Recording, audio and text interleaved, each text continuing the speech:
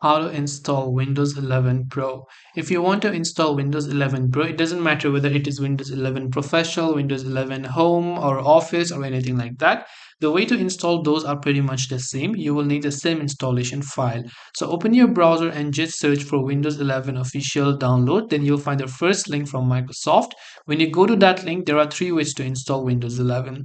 So you can go ahead and then basically see Windows 11 installation assistant, or you can create an installation media like a pen drive, or you can download the disk image or the ISO file and mount them and run them together. Now, if you want to just go ahead and then basically use installation assistant, which is the easier option, click on the download button.